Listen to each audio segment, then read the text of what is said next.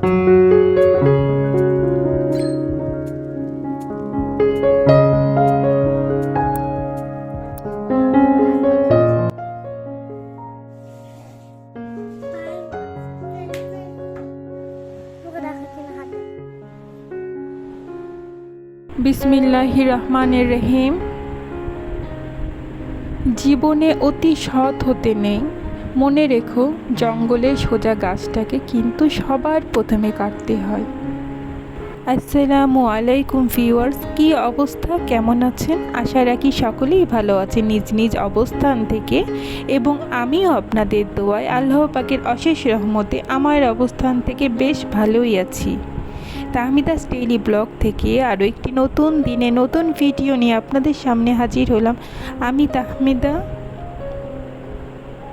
আজকে ভিডিওটা দুপুর থেকেই শুরু করেছি। আজকে ভাবলাম একটু গরুর গোশত রান্না করে নেব, এইভাবে মাখিয়ে সব মশলা দিয়ে। আর আলু ছাড়া তো আমাদের বাসায় একদম চলে না, তো আলু তো দেওয়াই লাগবে, মাস্ট। আমি আজকে আপনাদের সাথে শেয়ার করতে যাচ্ছি আমার ডাইনিং রুম ডেকোরেশন আইডিয়া। তো আমি ঘরে থাকা জিনিসদের যেভাবে আমি আমার ডাইনিং রুমটা মেকওভার করব, সেটাই আজকে আপনাদের সাথে তুলে ধরব। তো আমি কিছু পুরাতন জিনিস দিয়ে আজকে আমি আমার ডাইনিং রুমটা ডেকোরেশন করব। ইনশাল্লাহ আশা করি আপনাদের কাছে ভালো লাগবে। তো প্রথমে আমি আমার ডাইনিং রুমের উপরে যা যা ছিল সব কিছু সরিয়ে নিয়েছি, আর আমি ক্লিনারটা দিয়ে সুন্দর করে পরিষ্কার করে নিচ্ছি।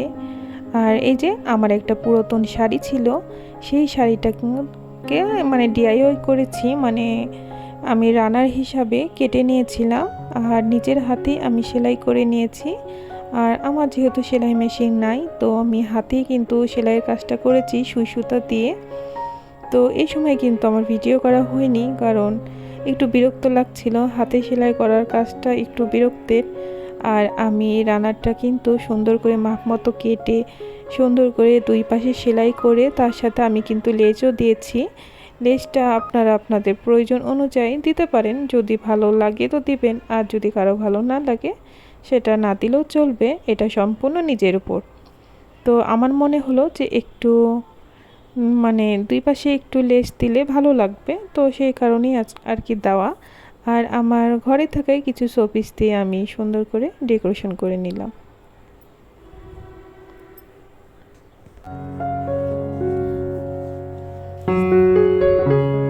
তো এই তো আমার হাতের তৈরি পুঁথির একটি ফ্লাওয়ার ভাস এখানে রেখেছি। তো ফ্লাওয়ার ভাসটা খুব খালি খালি লাগছিল, তো আমার রুমে কিছু এই ধরনের ফুল ছিল আর্টিফিশিয়াল, তো ভাবলাম যে এখানে রেখে দিলে ভালো লাগবে আর রানারটার সাথে একটু ম্যাচ হয়ে যাবে। এটা একটা ডিপ লাল কালার, প্রায় খয়েরি খয়েরি দেখতে। তো অনেকে এটাকে মেরুন কালারও বলে, আবার খয়েরি কালারও বলে। তো এই কালারটা আমার কাছে খুব বেশি ভালো লাগে। তো আমি ম্যাচ করে কিন্তু পুরো ডাইনিং রুমেরই মানে মেকওভার করেছি, আর সব কিছুরই রানার আমি তৈরি করে নিয়েছি একটা শাড়ি দিয়ে। তো শাড়িটা আমার অনেক পছন্দের ছিল, তো শাড়িটা আমি নষ্ট করতে চাচ্ছিলাম না, আর পরাও হয় না, তো কি করব। তো ভাবলাম যে এই ধরনের ডেকোরেশন পারপাসে কিন্তু এটা ইউজ করা যায়, দেখতে কিন্তু অনেকটাই ভালো লাগবে। আর আমার ডাইনিং রুমের পর্দাগুলো মানে এই যে মেরুন বা খয়েরি যেটাই বলা যায়, তো এই ধরনের, তার সাথে কিন্তু এই শাড়িটার কালারও ম্যাচ হয়ে যাচ্ছিল। তো যার কারণে আমার এই বুদ্ধি থেকে আমি মানে আমার উদ্দেশ্যটাকে আমি সফল করে নিয়েছি। তো আমার এই ধরনের কাজগুলো করতে কিন্তু খুব বেশ ভালো লাগে। এই মানে বিরক্ত বোধ মনে হয় না, কষ্ট হলো বিরক্ত লাগে না আর কি। তো এখন পর্যন্ত যে সকল আপু ও ভাইয়ারা আমার সাথেই আছেন, প্লিজ আমার ভিডিওটিতে একটি লাইক দিয়ে দিবেন। আপনার একটি ভিডিও আমার জন্য অনেক অনেক অনেক প্রয়োজন, তো প্লিজ লাইকটা দিয়ে কন্টিনিউ করবেন। আর যদি বেশি ভালো লেগে থাকে তো আমার চ্যানেলকে সাবস্ক্রাইব করে আমার চ্যানেলের পাশে থেকে যেতে পারেন। যদি আপনি এই কাজটি অলরেডি করে থেকেছেন তো আপনাকে জানাই অসংখ্য অসংখ্য ভালোবাসা ও মন থেকে দোয়া। ওভেনের উপরেও কিন্তু আমি এই শাড়ির অংশটা দিয়েই সুন্দর করে ডেকোরেশন করে নিলাম। আমি সব কিন্তু সুন্দর করে চারিদিকে সেলাই করে নিয়ে সামনের দিকে লেস দিয়েছি। আর শাড়িটা তো যেহেতু পাতলা সেই জন্য কিন্তু আমি শাড়িটাকে ডাবল করে করে মানে ভাঁজ করে সেভাবেই সেলাই করে নিয়েছি যেন একটু শাড়িটা মোটা হয়। একদম পাতলা হলে তো বেশি টেকসই হবে না, আর বাতাসে কিন্তু উড়বে কাপড়টা, মানে ফ্যান দিলে কিন্তু উড়বে। সেই জন্য আমি কিন্তু ডাবল করে শাড়িটা 2 পরল করে আমি এটাকে চারিপাশ দিয়ে সেলাই করেছি। এখন কিন্তু রুমে ফ্যান চলছে কিন্তু উঠতেছে না, তো এটাই হচ্ছে সেলাই করে নেওয়ার মানে উদ্দেশ্য, যে জিনিসটা মজবুত হবে আর কি।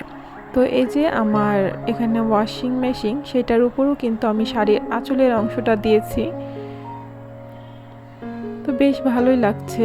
কিন্তু এটাতে আমি লেস ইউজ করিনি, কারণ আঁচলের অংশে সামনে অংশে একটু মানে সুতার কাজ আছে বেশি, তো যার কারণে এখানে আমি লেসটা দেইনি। আর একটু ছোট্ট টুকরা কাপড় বেঁচে গেছিলো, তো সেইটা আমি পানির ফিল্টারের উপরের কাজে মানে লাগিয়ে দিয়েছি, যে এতটুকু এখানে দিয়ে কিন্তু অনেক সুন্দর মানাচ্ছে।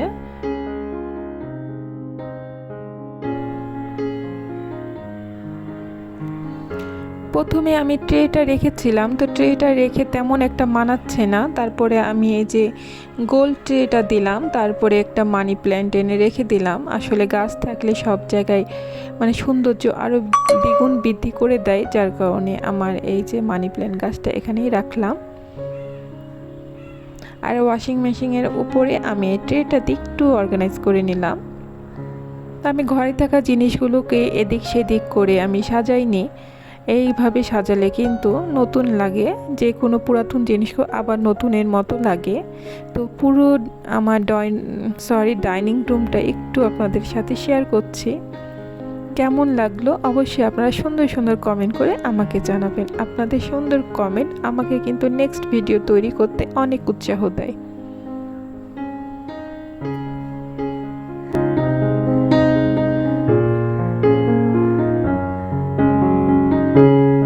যে কোনো গোছানোর কাজ আমার কাছে খুব বেশি ভালো লাগে, আর এই কথাটা আমি কিন্তু আপনাদের সাথে বারবারই বলি।